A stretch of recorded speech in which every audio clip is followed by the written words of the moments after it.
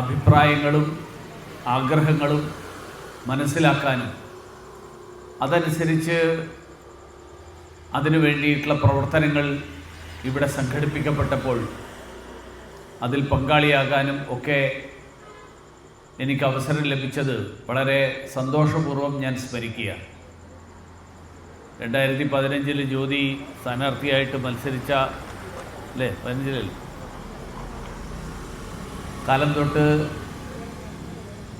ഒരുപക്ഷെ അതിനു മുൻപ് കാട്ടായിക്കോണം പേരുകൊണ്ട് അറിയാമായിരുന്നു. പക്ഷേ ഇവിടുത്തെ ജനങ്ങളുമായിട്ടുള്ള ബന്ധം ആ കാലം തൊട്ട് വളരെ സജീവമായിട്ട് നിലനിർത്തുന്ന ഒരാളാണ് ഞാൻ.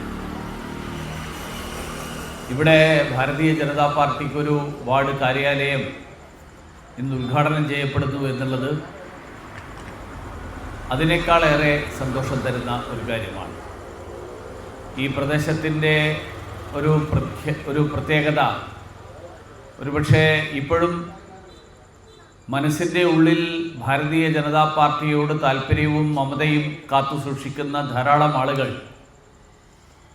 അങ്ങനെയുള്ള ആളുകൾ പരസ്യമായി രംഗത്ത് വരാൻ പ്രായോഗികമായിട്ടുള്ള പല കാരണങ്ങളാൽ സാധിക്കാത്ത ഒരു പ്രദേശം കൂടിയാണ്. എന്നാൽ നമ്മുടെ നാടിൻ്റെ ഒരു പ്രത്യേകത, ജനങ്ങൾ എന്തൊക്കെ പുറത്ത് എതിരായിട്ടുള്ള കാര്യങ്ങളൊക്കെ നടന്നാലും ജനങ്ങൾ അവരുടെ അഭിപ്രായം വ്യക്തമായി രേഖപ്പെടുത്തേണ്ട അവസരം വരുമ്പോൾ ആ അഭിപ്രായം രേഖപ്പെടുത്താൻ ഒരിക്കലും മടി കാണിക്കാറില്ല എന്നുള്ളതാണ്. കഴിഞ്ഞ തെരഞ്ഞെടുപ്പുകളിൽ ഭാരതീയ ജനതാ പാർട്ടിയുടെ വർദ്ധിച്ചു വരുന്ന ജനസ്വാധീനം, ജനപിന്തുണ, ആ ജനപിന്തുണ വ്യക്തമാക്കുന്നത് ഈ നാട്ടിലെ ജനങ്ങൾ ശരിയായ രീതിയിലേക്ക് മാറി ചിന്തിക്കാൻ തുടങ്ങിയിരിക്കുന്നു എന്നുള്ളതാണ്. രാജ്യം മുഴുവൻ ഉണ്ടായിക്കൊണ്ടിരിക്കുന്ന മാറ്റം, രാജ്യം മുഴുവൻ ഉണ്ടായിക്കൊണ്ടിരിക്കുന്ന പുരോഗതി, വികസനം, ആ വികസനത്തിനോടൊപ്പം നിൽക്കാൻ ഈ നാട്ടിലെ ജനങ്ങളും സന്നദ്ധരാണ് എന്നുള്ളതിൻ്റെ സൂചനയായിട്ടാണ് ഞാൻ ഈ മാറ്റത്തെ കാണുന്നത്. ഇന്ന് വൈകുന്നേരം ബഹുമാന്യനായിട്ടുള്ള പ്രധാനമന്ത്രി ശ്രീ നരേന്ദ്രമോദിജി രാജ്യത്തെ അഭിസംബോധന ചെയ്തുകൊണ്ട് സംസാരിക്കുകയുണ്ടായി. അദ്ദേഹം സംസാരിച്ചപ്പോൾ അദ്ദേഹം സൂചിപ്പിച്ച ഏറ്റവും സുപ്രധാനമായിട്ടുള്ള കാര്യം, 2014 തൊട്ട് പ്രധാനമന്ത്രി മോദിജി ചുമതല ഏറ്റെടുത്തതിന് ശേഷം എങ്ങനെ നമ്മുടെ നാട്ടിലെ സാധാരണക്കാരുടെ ജീവിതഭാരം ലഘൂകരിക്കാൻ വേണ്ടിയിട്ടുള്ള ശ്രമങ്ങൾ നടക്കുന്നു എന്നുള്ളതാണ്. രാജ്യത്തിൻ്റെ വിവിധ സംസ്ഥാനങ്ങളിൽ, വിവിധ പ്രദേശങ്ങളിൽ വ്യത്യസ്തമായിട്ടുള്ള നികുതി ഘടനകൾ നിലനിന്നതിൻ്റെ ഫലമായിട്ട് ഏത് തരത്തിലാണ് നമ്മുടെ നാട്ടിൽ സംരംഭങ്ങൾ ആരംഭിക്കുന്നവർക്ക്, ഏത് തരത്തിലാണ് അതിൻ്റെ ഭാരം ഏൽക്കേണ്ടി വരുന്ന ജനങ്ങൾക്ക് ഏതൊക്കെ തരത്തിൽ ബുദ്ധിമുട്ടുകളുണ്ടായി. അദ്ദേഹം ഒരു ഉദാഹരണം പറഞ്ഞു. 2014 അദ്ദേഹം ചുമതല ഏറ്റെടുത്തപ്പോൾ ഇന്ത്യക്കകത്ത് ഒരു സംസ്ഥാനത്ത് നിന്ന് മറ്റൊരു സംസ്ഥാനത്തേക്ക് ഒരു വസ്തു ഉൽപ്പാദിപ്പിച്ച് അവിടെ എത്തിക്കണമെങ്കിൽ അതിനുള്ള നിരവധി തടസ്സങ്ങൾ, ആ തടസ്സങ്ങൾ മറികടക്കാനുള്ള ബുദ്ധിമുട്ടുകളെക്കുറിച്ച് അദ്ദേഹം സൂചിപ്പിച്ചു. ഞാൻ സംരംഭങ്ങൾ തുടങ്ങുന്ന സംരംഭകരായിട്ടുള്ള ആളുകളുടെ കാര്യം പറയുമ്പോൾ ആ സംരംഭത്തിൻ്റെ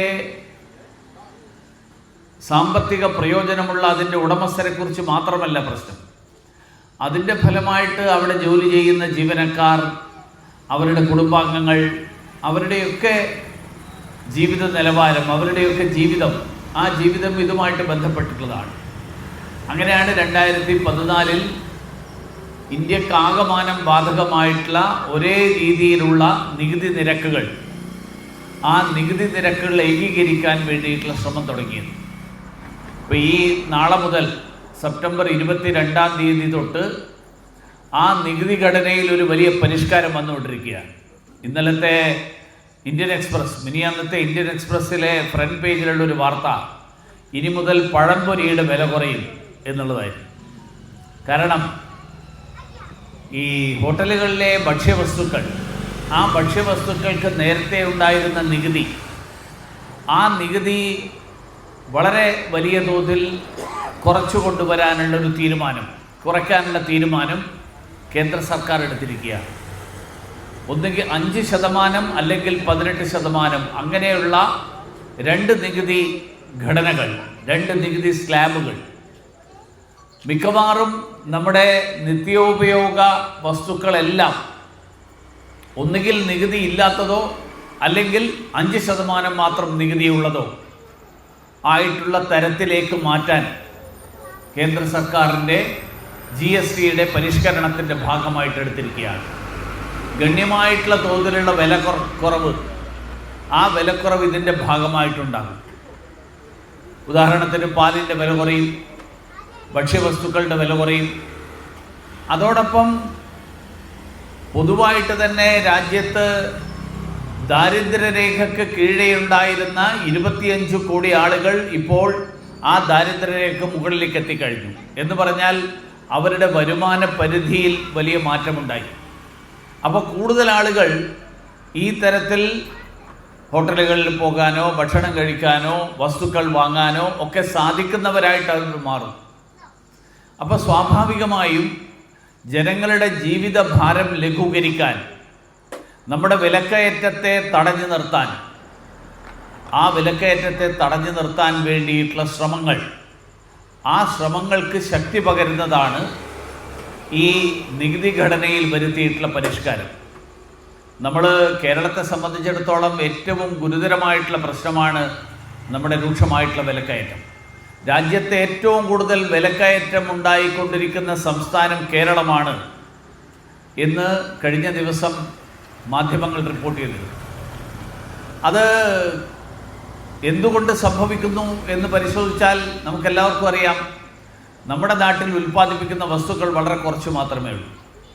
നമുക്ക് വേണ്ട അരിയുടെ കഷ്ടിച്ച് 1/7 മാത്രമേ കേരളത്തിൽ ഉൽപ്പാദിപ്പിക്കുന്നുള്ളൂ. നമുക്ക് വേണ്ട ഓരോ വസ്തു എടുത്ത് നോക്കിക്കഴിഞ്ഞാൽ, ഇന്നലെ ഞാനൊരു യോഗത്തിൽ സംബന്ധിക്കുകയായിരുന്നു. തിരുവനന്തപുരം ജില്ലയിലെ കർഷക കൂട്ടായ്മകളുടെ യോഗം, ഫാർമർ പ്രൊഡ്യൂസ് ഓർഗനൈസേഷൻസ്. നമ്മൾ ഓണക്കാലത്ത് ഏറ്റവും കൂടുതൽ ഉപയോഗിക്കുന്ന, ബാക്കിയുള്ള സമയത്തും നമ്മൾ ഉപയോഗിക്കുന്നതാണ് ബനാന ചിപ്സ്, വറുത്ത കായ. 600 കോടിയുടെ മാർക്കറ്റാണ് ഒരു വർഷം ഇന്ത്യയിലെ വറുത്ത കായയുടെ മാർക്കറ്റ്. ഏറ്റവും കൂടുതൽ ആൾക്കാർ ഉപയോഗിക്കുന്നത് കേരളത്തിലാണ്. പക്ഷേ ഉൽപ്പാദിപ്പിക്കുന്നത് ഏറ്റവും കൂടുതൽ കേരളത്തിലല്ല, പുറത്താണ്.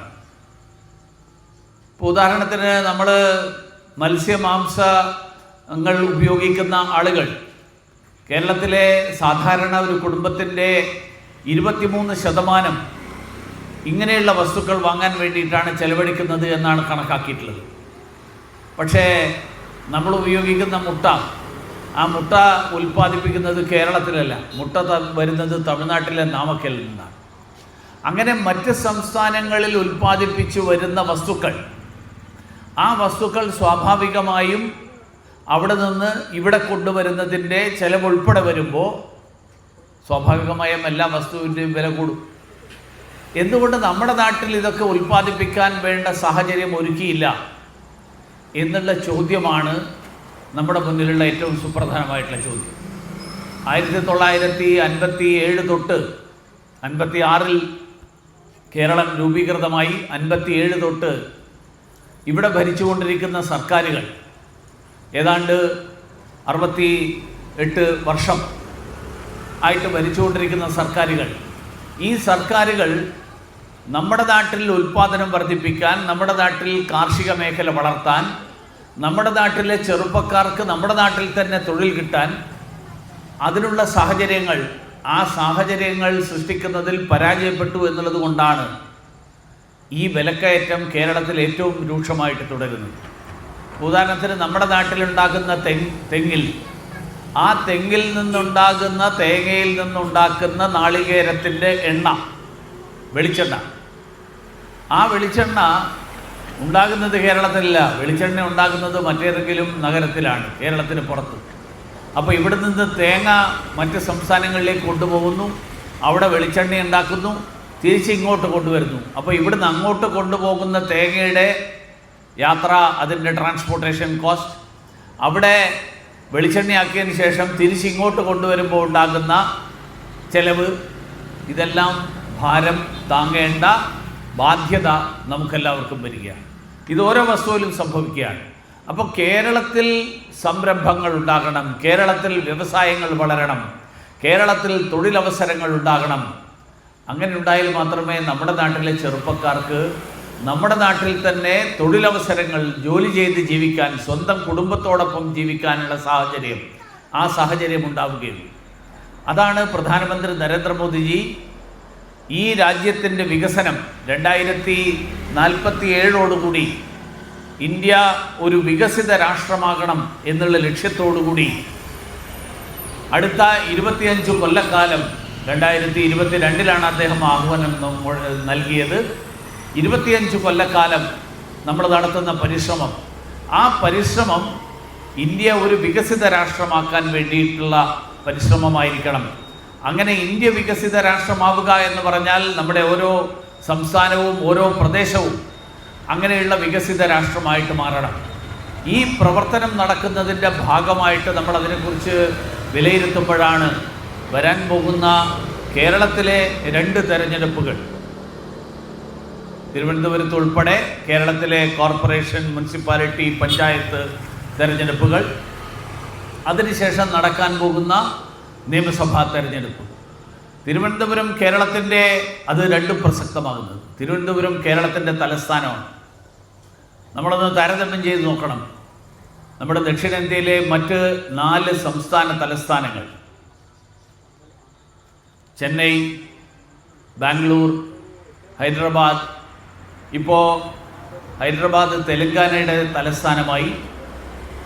ആന്ധ്രാപ്രദേശിൻ്റെ തലസ്ഥാനം വിജയവാഡക്കടുത്ത് അമരാവതി എന്ന് പറയുന്ന സ്ഥലമാണ്. അതേസമയത്ത് അവർക്ക് വിശാഖപട്ടണം ഉൾപ്പെടെയുള്ള വലിയ നഗരങ്ങളുണ്ട്. നമ്മൾ ഈ നഗരങ്ങളുമായിട്ട് താരതമ്യം ചെയ്യുമ്പോൾ തിരുവനന്തപുരം എത്ര പിറകിലാണ് എന്നുള്ളത് നമുക്ക് ഈ സ്ഥലങ്ങളിലൊക്കെ പോയിട്ടുള്ള ആളുകൾ, എപ്പോഴെങ്കിലും പോകാനുള്ള സാഹചര്യം ഉണ്ടായിട്ടുള്ള ആളുകൾക്കറിയാം. എന്തുകൊണ്ട് തിരുവനന്തപുരം കേരളത്തിൻ്റെ തലസ്ഥാന നഗരം ഈ ഒരു സാഹചര്യത്തിൽ നിലനിൽക്കുന്നു? കാരണം കഴിഞ്ഞ 10-60 വർഷക്കാലമായിട്ട് ഇവിടെ ഭരിച്ചുകൊണ്ടിരിക്കുന്ന ആൾക്കാർ അവർ ഒരു നഗരത്തിൻ്റെ വികസനത്തിന് ആവശ്യമായിട്ടുള്ള കാര്യങ്ങൾ, ഒരു നഗരത്തിൽ ആവശ്യമായിട്ടുള്ള സൗകര്യങ്ങൾ, ആ സൗകര്യങ്ങൾ ഏർപ്പെടുത്തുന്നതിൽ ഒരു താല്പര്യവും കാണിച്ചില്ല എന്നുള്ളതാണ്. നിരവധി അഴിമതി ആരോപണങ്ങൾ കഴിഞ്ഞ കാലങ്ങളിൽ ഉയർന്നു വന്നിട്ടുണ്ട്. ഈ അടുത്ത കാലത്ത് എൻ്റെ ശ്രദ്ധയിൽ ഒരാൾ കൊണ്ടുവന്നൊരു വിഷയം മാലിന്യ സംസ്കരണവുമായിട്ട് ബന്ധപ്പെട്ടിട്ടുള്ള വിഷയമാണ്. എല്ലാ സ്ഥലങ്ങളിലും കിച്ചൺ ബിൻ, മാലിന്യം നീക്കം ചെയ്യാൻ വേണ്ടിയിട്ടുള്ള ഒരു പാത്രം എല്ലാ വീടുകളിലും എത്തിക്കാനുള്ളൊരു പദ്ധതി കോർപ്പറേഷൻ കുറച്ച് കാലം മുമ്പ് ഇട്ടിരുന്നു. 2017-ലോ 2016-ലോ മറ്റോ ആണ് തുടങ്ങിയത്. അതിൽ കോർപ്പറേഷൻ അത് ഉൽപ്പാദിപ്പിച്ച കമ്പനിക്ക് കൊടുത്ത ഒരു ബക്കറ്റ്, കിച്ചൺ ബിൻ എന്ന് പറയുന്നത് ഒരർത്ഥത്തിലൊരു ബക്കറ്റാണ്, അതിന് 1800 രൂപയാണ് കോർപ്പറേഷൻ കൊടുത്തിരിക്കുന്നത്. നമുക്ക് മാർക്കറ്റിൽ എവിടെയും ഒരു 1800 രൂപയുടെ ബക്കറ്റ് കിട്ടണമെങ്കിൽ കണ്ടുപിടിക്കാൻ വിഷമമായിരിക്കും. ഞാൻ അന്വേഷിച്ചു ഇതുണ്ടാക്കുന്ന കമ്പനികൾ. അപ്പോൾ ആ കമ്പനികൾ എന്നോട് പറഞ്ഞു കഷ്ടിച്ച് 500 രൂപ വില വരും. 500 രൂപ വിലയുള്ള വസ്തു 1800 രൂപ ചെലവഴിച്ചിട്ടാണ് ഈ കോർപ്പറേഷൻ വാങ്ങിയിരിക്കുന്നത്. എന്ന് പറഞ്ഞാൽ നമ്മുടെ എല്ലാവരുടെയും നികുതി പണത്തിൽ നിന്ന് ഇത്രയും കാലത്തിനിടയിൽ ഏതാണ്ട് 15.5 കോടി രൂപ അതിനു വേണ്ടി ചെലവഴിച്ചിരിക്കുക. കഷ്ടിച്ച് 5 കോടിയാണ് അതിൻ്റെ വില വരിക. ഇനി ബില്ലിട്ടത് നോക്കിക്കഴിഞ്ഞാൽ ആ ബില്ല് പോലും ഒരു ബക്കറ്റിന് 1360 രൂപയാണ് ബില്ലിട്ടിരിക്കുന്നത്. പക്ഷേ അത് വാങ്ങിയത് കോർപ്പറേഷന് താല്പര്യമുള്ളൊരു ഏജൻസി വഴി. ആ ഏജൻസി ആകെ ചെയ്തിട്ടുള്ളത്, ഉദാഹരണത്തിന് പ്രദീപിൻ്റെ കയ്യിൽ നിന്ന് ഞാൻ വാങ്ങുന്നു, എന്നിട്ട് ഞാനത് ജയകുമാറിന് കൊടുക്കുന്നു. പ്രദീപാണ് ഇത് ഉണ്ടാക്കിയിട്ട് തരുന്നത്. പ്രദീപ് എന്നോട് പറയുന്നത് 1360 രൂപ എന്നാണ്. ഞാൻ വാങ്ങിയിട്ട് ജയകുമാറിന് കൊടുക്കുന്നു. ഞാൻ കൊടുക്കുമ്പോൾ 1800 രൂപയ്ക്ക് ജയകുമാറിന് കൊടുക്കുന്നു. എൻ്റെ പണി എന്താ? ഒരു പണിയില്ല. ഞാൻ ആകെ ബില്ലിടൽ മാത്രമേ എൻ്റെ പണിയുള്ളൂ. അതിൻ്റെ പേരിൽ 500 രൂപ.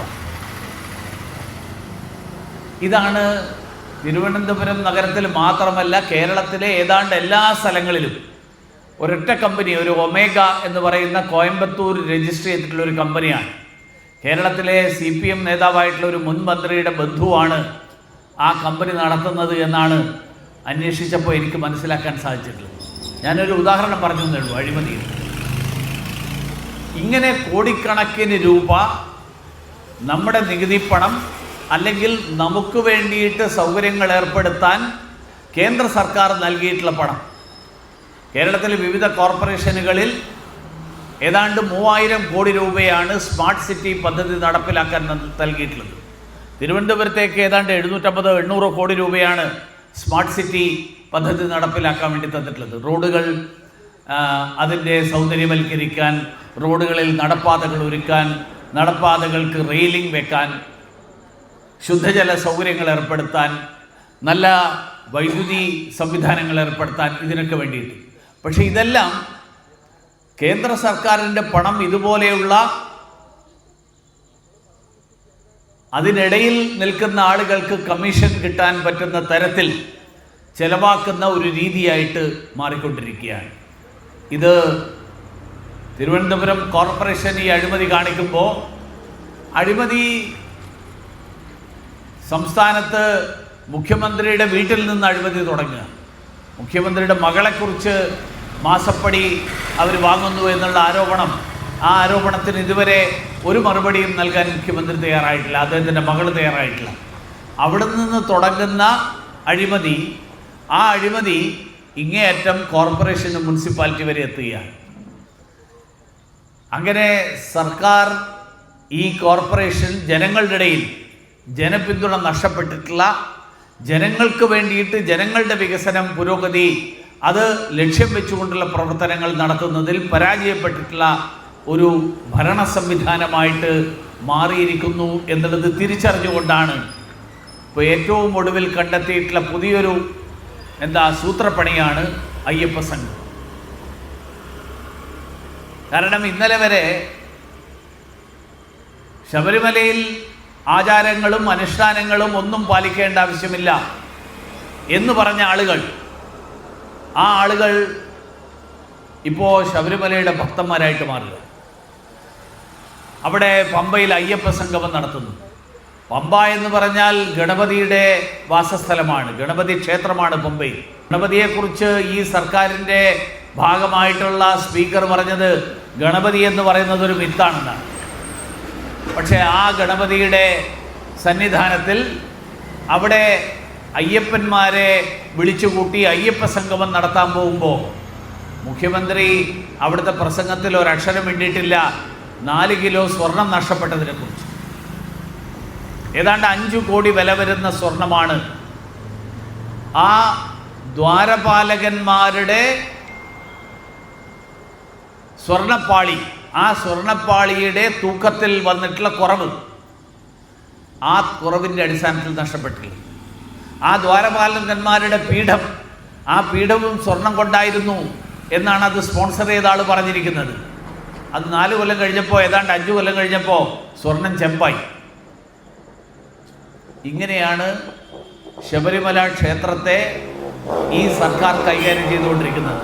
പക്ഷെ ഇതെല്ലാം മറച്ചു വെച്ച് ഒരു ആഗോള അയ്യപ്പ സംഗമം എന്നുള്ള പേരിൽ ഒരു മാമാങ്കം നടത്തി കേരളത്തിലെ അയ്യപ്പ ഭക്തന്മാരുടെ, ശബരിമല ഭക്തന്മാരുടെ പിന്തുണ നേടാം എന്നുള്ള പ്രതീക്ഷയിലാണ് ഇന്നലെ പമ്പയിൽ വലിയ സമ്മേളനം നടത്തിയത്.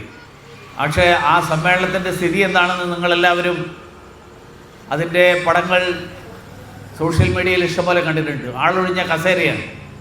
കാരണം കേരളത്തിലെ അയ്യപ്പ ഭക്തന്മാർക്ക് ആർക്കും തന്നെ ഈ സംഘടിപ്പിക്കുന്ന ആളുകളിൽ വിശ്വാസമില്ലാത്തത് കൊണ്ട് ഒരാളും അങ്ങോട്ട് തിരിഞ്ഞു നോക്കിയില്ല. മുഖ്യമന്ത്രിയുടെ ഉദ്ഘാടന സമ്മേളനത്തിൽ നാട്ടിലെ എല്ലാ സ്ഥലത്തു നിന്നും ആളുകളെ വിളിച്ചുകൂട്ടി അവിടെ കൊണ്ടുവന്നിരുത്തിയത് കൊണ്ട് മുഖ്യമന്ത്രിയുടെ ഉദ്ഘാടന സമ്മേളനത്തിൽ കുറച്ച് ആളുകളുണ്ടായിരുന്നു. ആശാ വർക്കർമാരെയും കുടുംബശ്രീക്കാരെയും രാവിലെ മുതൽ വൈകുന്നേരം വരെ ഇരുത്താൻ പറ്റാത്തൊരു സമ്മേളനം ആയതുകൊണ്ട്, കാരണം ശബരിമലയിലെ സമ്മേളനത്തിൽ ആശാ വർക്കർമാരെയും കുടുംബശ്രീക്കാരെയും കൊണ്ടുവന്ന് നിർബന്ധമായിട്ട് ഭീഷണിപ്പെടുത്തി. കാരണം ഭീഷണിപ്പെടുത്തിയിട്ടാണ് നടത്തുന്നത്, നമ്മൾ കണ്ടിട്ടുണ്ട്. കുടുംബശ്രീക്കാരുടെയും അതുപോലെ തൊഴിലുറപ്പ് തൊഴിലാളികളോടും നാളെ സമരത്തിൽ വന്നില്ലെങ്കിൽ നിങ്ങൾക്ക് കൂലി കിട്ടില്ല എന്ന് പറഞ്ഞിട്ടുള്ള ശബ്ദരേഖ ഇഷ്ടംപോലെ പുറത്തു വന്നിട്ടുണ്ട് നമ്മുടെ മുന്നിൽ. പാർട്ടി സെക്രട്ടറിമാർ പുറപ്പെടുവിക്കുന്ന നിർദ്ദേശങ്ങൾ. അത് നടക്കാത്തൊരു സ്ഥലമായതുകൊണ്ട് മുഖ്യമന്ത്രി പോയതിന് ശേഷം അവിടെ ആളൊഴിഞ്ഞ സ്ഥിതിയായിരുന്നു. ഞാൻ പറഞ്ഞു വന്നത്, ജനങ്ങൾക്ക് ഈ സർക്കാരിൽ വിശ്വാസം നഷ്ടപ്പെട്ടിരിക്കുന്നു. അതുകൊണ്ട് അവിടെ പോയ ആളുകൾക്കും ശബരിമലയിൽ സ്വാമിയെ ശരണമയ്യപ്പ എന്ന് പറയുന്ന ശരണം വിളിക്കേണ്ടത് എങ്ങനെയാണെന്ന് അറിയാത്തതുകൊണ്ട് അവർക്കാകെ അറിയുന്നത് മുഷ്ടി ചുരുട്ടി വിളിക്കാനേ അറിയുള്ളൂ. അതുകൊണ്ട് ശരണം വിളിയും മുഷ്ടി ചുരുട്ടിയിട്ടായിരുന്നു എന്നാണ് ഇന്നലെ ചില മാധ്യമങ്ങളൊക്കെ റിപ്പോർട്ട് ചെയ്തിട്ടുള്ളത്. അപ്പോൾ ഇതെല്ലാം കേരളത്തിലെ ജനങ്ങൾക്ക് ഈ സർക്കാരിനെ കുറിച്ചിട്ടുള്ള വിലയിരുത്തൽ എന്താണ്, സർക്കാരിനെ കുറിച്ച് എത്രമാത്രം വിശ്വാസമുണ്ട് എന്നുള്ളതൊക്കെ വ്യക്തമായിരിക്കുകയാണ്. അതിനിടയിലാണ് ഇപ്പോൾ നമ്മൾ ഇന്നലെ നടന്ന സംഭവം അതിൻ്റെ തൊട്ട് മുൻപ് നടന്ന മറ്റൊരു സംഭവത്തിൻ്റെ തുടർച്ചയാണ്. മുട്ടത്തറയിലെ CPMൻ്റെ കൗൺസിലർ അവിടെ റോഡ് പണിക്ക് വേണ്ടി അവിടുത്തെ നാട്ടുകാരുടെ കയ്യിൽ നിന്ന് കൈക്കൂലി ചോദിച്ചു. ആ കൈക്കൂലി വാങ്ങുന്ന ദൃശ്യങ്ങൾ CCTVയിലൂടെ പുറത്തു വന്നു. അവസാനം ഗത്യന്തരമില്ലാതെ ആ കൗൺസിലറോട് രാജിവെക്കാൻ പറഞ്ഞു. CPM ആ കൗൺസിലറെ പുറത്താക്കി. CPMന് വലിയ നാണക്കേടുണ്ടാക്കിയ സംഭവമാണ്. ഈ നാണക്കേടുണ്ടാക്കിയപ്പോൾ CPM ഇതിന് മറികടക്കാൻ കണ്ടെത്തിയ മാർഗം ഈ ഫാം ടൂറിസം കോപ്പറേറ്റീവ് സൊസൈറ്റി എന്ന് പറയുന്ന നമ്മുടെ തിരുമല അനിൽ അധ്യക്ഷനായിട്ടുള്ള കോപ്പറേറ്റീവ് സൊസൈറ്റി. ആ സഹകരണ സംഘത്തിൽ നമുക്കെല്ലാവർക്കും അറിയാം, എല്ലാ സഹകരണ സംഘങ്ങളിലും നാട്ടുകാർ പണം നിക്ഷേപിക്കും, കുറേ പേര് വായ്പയെടുക്കും. വായ്പയെടുക്കുന്ന ആളുകൾ കൃത്യമായിട്ട് തിരിച്ചടവ് നടത്തിയാൽ മാത്രമേ നിക്ഷേപിച്ച ആൾക്ക് അവർക്ക് വേണ്ട സമയത്ത് അത് പിൻവലിക്കാൻ കഴിയുകയുള്ളൂ. വായ്പയെടുത്ത ആളുകൾ തിരിച്ചടക്കാൻ വീഴ്ച വരുത്തിയാൽ നിക്ഷേപിച്ച ആളുകൾക്ക് അവരാവശ്യപ്പെടുമ്പോൾ ആ പണം തിരിച്ചു കൊടുക്കാൻ പറ്റാതെ വരും. അങ്ങനെ ഒരു 5-6 കോടി രൂപയുടെ കുറവ് ഈ ഫാം ടൂറിസം കോപ്പറേറ്റീവ് സൊസൈറ്റിയിൽ വന്നു. അപ്പോൾ ചില ആളുകൾ നിക്ഷേപിച്ച 10 ലക്ഷം എനിക്ക് തിരിച്ചു വേണം എന്ന് പറഞ്ഞപ്പോൾ അവർക്ക് ആവശ്യപ്പെട്ട സമയത്ത് തിരിച്ചു കൊടുക്കാൻ പറ്റാത്ത സാഹചര്യം വന്നു. ഞാനൊരു കാര്യം പറയാൻ ആഗ്രഹിക്കുന്നത്, ഫാം ടൂറിസം കോപ്പറേറ്റീവ് സൊസൈറ്റിയുടെ ഈ പ്രശ്നം 6 കോടിയുടേതാണ്. 6 കോടി. നമ്മുടെ തൊട്ടപ്പുറത്ത്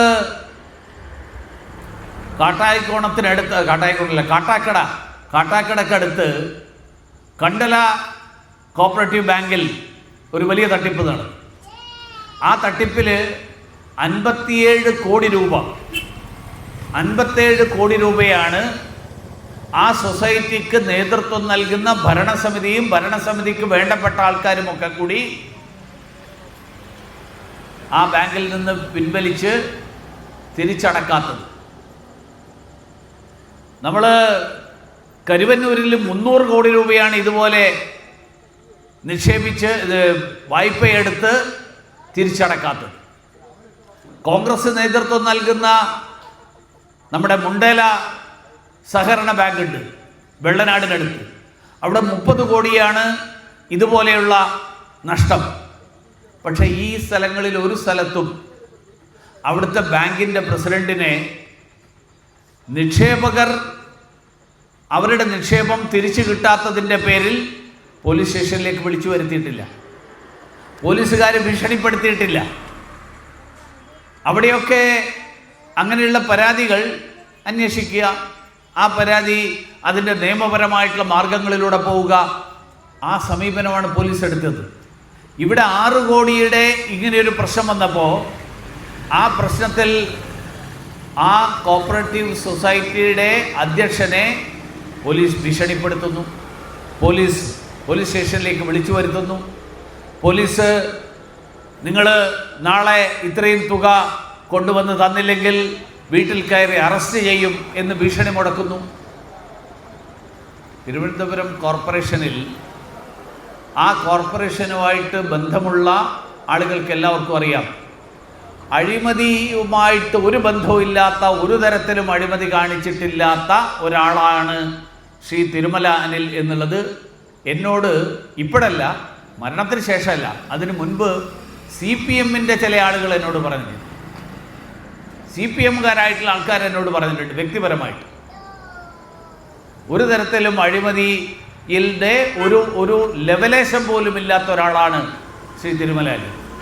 അതുകൊണ്ട് സ്വാഭാവികമായും അദ്ദേഹത്തിന് ആസ്തിയില്ല, അദ്ദേഹത്തിന് ഇത്രയും വലിയ തുക സമാഹരിക്കാനുള്ള ശേഷിയില്ല. അദ്ദേഹത്തിൻ്റെ കുടുംബാംഗങ്ങൾക്ക് ആർക്കെങ്കിലും അദ്ദേഹം പണം കൊടുത്തിട്ടല്ല ഈ 6 കോടിയുടെ വ്യത്യാസം ഉണ്ടായിട്ടുള്ളത്. കണ്ടലയിലോ അല്ലെങ്കിൽ കരുവന്നൂരിലോ അവിടെ കുടുംബാംഗങ്ങൾക്കാണ് ഇതെല്ലാം കൊടുത്തിരിക്കുന്നത്. പ്രസിഡന്റിൻ്റെ കുടുംബാംഗങ്ങൾ അല്ലെങ്കിൽ പ്രസിഡന്റിന് വേണ്ടിയിട്ട് പാർട്ടിയുടെ നേതാക്കന്മാർ. ഈ ശ്രീ തിരുമല അനിലിൻ്റെ കോപ്പറേറ്റീവ് ബാങ്കിൽ അങ്ങനെ തിരുമല അനിലിൻ്റെ ബന്ധുക്കൾക്ക് ആർക്കെങ്കിലും കൊടുത്തതായിട്ട് ഒരാരോപണവും ഇതുവരെ ഉയർന്നിട്ടില്ല. ഭാരതീയ ജനതാ പാർട്ടിയുടെ ജില്ലാ നേതൃത്വം ഇടപെട്ടിട്ട് ഇവർക്കൊക്കെ നിങ്ങൾ പണം കൊടുക്കണം, കരുവന്നൂരിൽ CPM-ൻ്റെ അക്കൗണ്ടിലേക്കാണ് ആ പണം എത്തിയത് എന്നുള്ളതിന് തെളിവ് പുറത്തു വന്നിട്ടുണ്ട്. BJP-യുടെ അക്കൗണ്ടിലേക്കല്ല ഫാം ടൂറിസം കോപ്പറേറ്റീവ് ബാങ്കിൽ നിന്ന് വായ്പ എടുത്തിട്ട് ആ വായ്പ കൊണ്ടുവന്ന് നിക്ഷേപിച്ചിട്ടുള്ളത്. അതുകൊണ്ട് കരുവന്നൂരിലും കണ്ടലയിലും മുണ്ടേലയിലും കാണിക്കാത്ത ശുഷ്കാന്തി, ആ താല്പര്യം ഫാം ടൂറിസം കോപ്പറേറ്റീവ് സൊസൈറ്റിയുടെ കാര്യത്തിൽ എന്തുകൊണ്ട് കാണിച്ചു? കാരണം മുട്ടത്തറയിൽ രാജിവെച്ച CPM കൗൺസിലറുടെ അഴിമതി, രാജിവെക്കേണ്ടി വന്ന കൗൺസിലറുടെ അഴിമതി, ആ അഴിമതിയിൽ നിന്ന് ജനശ്രദ്ധ തിരിച്ചുവിടാൻ BJP-യുടെ ഒരു കൗൺസിലറെ അറസ്റ്റ് ചെയ്യാൻ വേണ്ടിയിട്ടുള്ള നീക്കം, ആ നീക്കമാണ് CPM-ഉം തിരുവനന്തപുരത്തെ പോലീസും ചേർന്ന് നടത്തിയത്. അഴിമതി ആരോപണം ഇതുവരെ കേട്ടിട്ടില്ലാത്ത, സ്വന്തമായിട്ട് 1 രൂപ പോലും സ്വന്തം ആവശ്യത്തിന് വേണ്ടി സമ്പാദിച്ചിട്ടില്ലാത്ത ഒരു മനുഷ്യൻ, അങ്ങനെയുള്ള ഒരാൾക്ക് താങ്ങാൻ പറ്റാത്ത ഒരു, അദ്ദേഹത്തിന് ഉൾക്കൊള്ളാൻ കഴിയാത്ത ഒരു ഭീഷണിയായിപ്പോയി പോലീസ് സ്റ്റേഷനിൽ നിന്നുള്ള വിളി. അദ്ദേഹം അന്ന് രാവിലെ ഉൾപ്പെടെ സാധാരണ പോലെ തന്നെ മറ്റെല്ലാ സുഹൃത്തുക്കളോടും സംസാരിച്ച് അദ്ദേഹത്തിൻ്റെ വാർഡ് കൗൺസിലറുടെ ഓഫീസിൽ പോയ ഒരാളാണ്.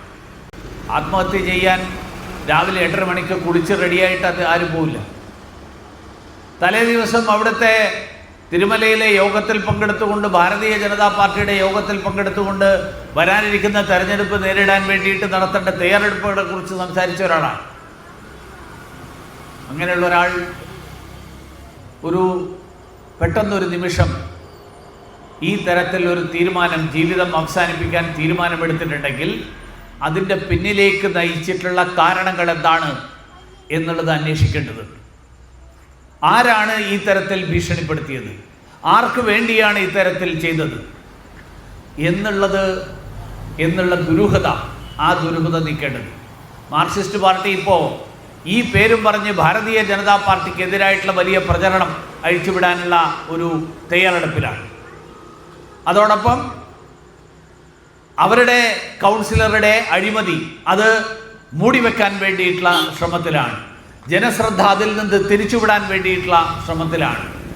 ഞാനൊരു കാര്യം പറയാൻ ആഗ്രഹിക്കുന്നത്, അങ്ങനെ ഭാരതീയ ജനതാ പാർട്ടിക്കെതിരായിട്ട് ഈ തരത്തിലുള്ള ദുഷ്പ്രചരണങ്ങൾ അഴിച്ചുവിട്ടുകൊണ്ട് നിങ്ങൾ നടത്തിയിട്ടുള്ള അഴിമതി, ആ അഴിമതി മറച്ചു പിടിക്കാമെന്ന് നിങ്ങൾ കരുതുന്നുണ്ടെങ്കിൽ കേരളത്തിലെ തിരുവനന്തപുരത്തെ ജനങ്ങൾ, ആ ജനങ്ങൾ സത്യമറിഞ്ഞ് സത്യം കണ്ടെത്തി, ആ സത്യം കണ്ടെത്തിക്കൊണ്ട് അഴിമതിക്കാരെ, യഥാർത്ഥ അഴിമതിക്കാരെ, ആ അഴിമതിക്കാരെ മുഴുവൻ പൊതുസമൂഹത്തിൻ്റെ മുന്നിൽ കൊണ്ടുവരാൻ അതിന് പ്രതിജ്ഞാബദ്ധരായിട്ടുള്ള ജനങ്ങളാണ് തിരുവനന്തപുരത്തെ ജനങ്ങൾ.